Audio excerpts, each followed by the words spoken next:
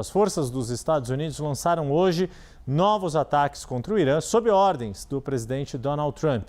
Em uma postagem no X, o Comando Central dos Estados Unidos anunciou que a ofensiva tem como objetivo impedir o Irã de ameaçar a navegação no Estreito de Hormuz. As forças americanas também prometeram responsabilizar Teherã pelos ataques a navios comerciais que tentam atravessar o estreito. Agora há pouco, Trump foi às redes sociais e disse que a ofensiva é uma resposta aos ataques do Irã contra navios. O presidente alertou: se isso se repetir, a situação vai piorar muito. Ele também compartilhou uma foto que parece ter sido, gerada por inteligência artificial, mas a CNN não pôde verificar a autenticidade dessa foto. A troca de disparos começou depois que Teherã bombardeou 3 navios que tentavam passar pelo Estreito de Hormuz por rotas não autorizadas pelo regime dos ayatolás. Os Estados Unidos retaliaram e atingiram pelo menos 80 alvos em território iraniano. Como resposta, o Irã atacou bases militares americanas no Bahrein e no Kuwait. O regime iraniano também ameaçou fechar o Estreito de Hormuz caso os Estados Unidos fizessem novos ataques. Até agora, não houve um pronunciamento oficial das autoridades do Irã sobre os últimos bombardeios. O correspondente sênior da CNN, Fred Pledgen, conta como está a situação em Teherã após os ataques dos Estados Unidos. As you can see behind me here in the city itself, traffic is still fairly normal. We're not hearing any explosions or anything of that nature. It seems as though these airstrikes are going on once again in the south of Iran. And there's sort of some reports that we're getting in from official media, from government media, also from social media as well. It seems as though some of these strikes are once again, like they were yesterday, centered around the Strait of Hormuz, and that arch of the Strait of Hormuz, the northern tip of the Strait of Hormuz. There, of course, you have that port town of Bandar Abbas, which is used by the Islamic Revolutionary Guard Corps Navy. There's a big port there. And then there's Sirik, which is an island, or the town, an island off the Strait of Hormuz. And there also, we've heard that some explosions have been happening there as well. Of course, we do have from CENTCOM that statement from U.S. Central Command that they are conducting these operations right now. What we've been hearing from the Iranians, they haven't officially commented on this, they haven't reacted to this yet, is they say that there is going to be a strong response coming from the Iranian side to any new attacks launched by the United States. The Iranians, of course, yesterday said that they also launched some attacks, some retaliatory attacks, after the U.S. bombed places in the Strait of Hormuz, and the Iranians certainly saying that a strong response will be coming to any military action taken by the United States. Durante a cúpula da OTAN, que aconteceu nos últimos 2 dias na Turquia, Donald Trump disse que acredita que o acordo provisório entre Estados Unidos e Irã acabou. Is the ceasefire done? Is the MOU dead?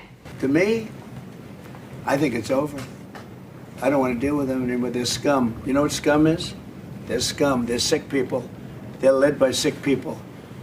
And they're vicious, violent people. And if they had a nuclear weapon, they'd use it. As far as I'm concerned, it's over.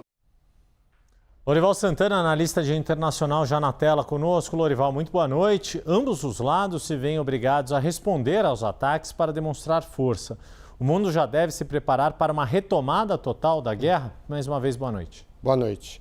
Não, o nosso cenário base aqui sempre foi uma normalização lenta, gradual e sob estresse contínuo. Então, estamos num período de grande estresse, em 2 dias de grande estresse, mas a realidade é que Estados Unidos e Irã estruturalmente precisam dessa normalização por razões políticas e econômicas. O objetivo da ofensiva americana é tentar degradar ao mínimo possível a capacidade do Irã de atacar os navios que trafegam nas vias marítimas não autorizadas pelos iranianos. Essa capacidade de degradação ela é limitada porque, politicamente, os Estados Unidos não têm condições de desembarcar com tropas nessas escarpas e nessas falésias, que é a costa do Irã, no Estreito de Hormuz, onde estão instalados mísseis e drones que fazem esse combate aos navios desautorizados. Por que não tem condições? Porque haveria uma grande morte de soldados americanos. Isso politicamente é insustentável no contexto de uma guerra já bastante impopular e de eleições no dia 3 de novembro, nas quais os republicanos já estão numa posição desconfortável.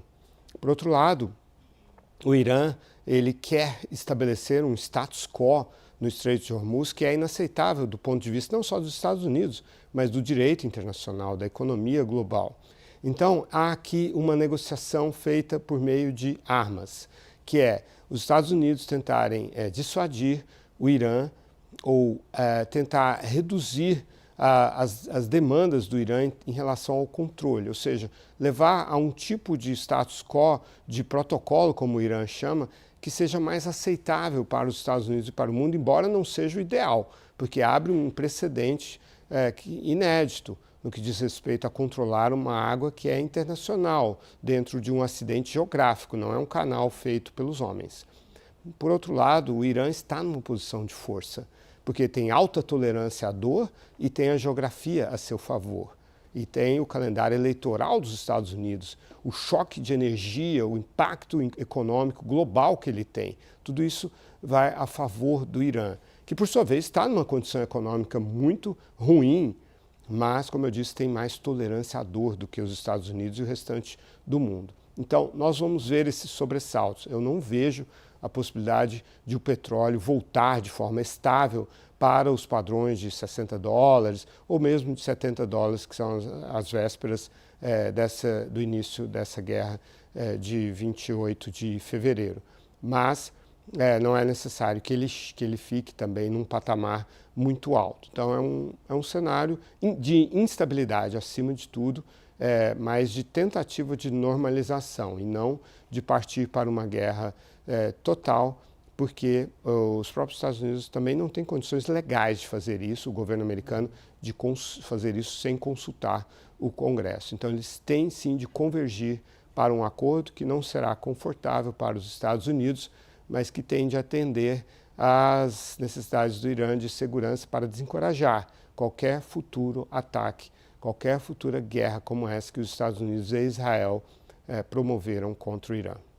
Lorival, só para aprofundar rapidamente mais um ponto que você destacou, que é a agenda político-eleitoral lá nos Estados Unidos. O quanto esta negociação, mantido o cenário que você nos desenha aqui, do ponto de vista eleitoral para Donald Trump e para o Partido Republicano, chega a ser uma situação preocupante de não ser o ideal que Donald Trump imaginava quando deu início a esta guerra lá no início deste ano, ou é algo administrável do ponto de vista da retórica e da narrativa do Partido Republicano para que nessas eleições de meio de mandato não sofram perdas significativas, já que é muito raro que um presidente dos Estados Unidos consiga manter ou ampliar a sua força no Congresso Nacional nas eleições de meio de mandato? É um quadro politicamente desastroso para os republicanos, porque toca em duas questões centrais. Em primeiro lugar, a questão econômica, essa pressão do preço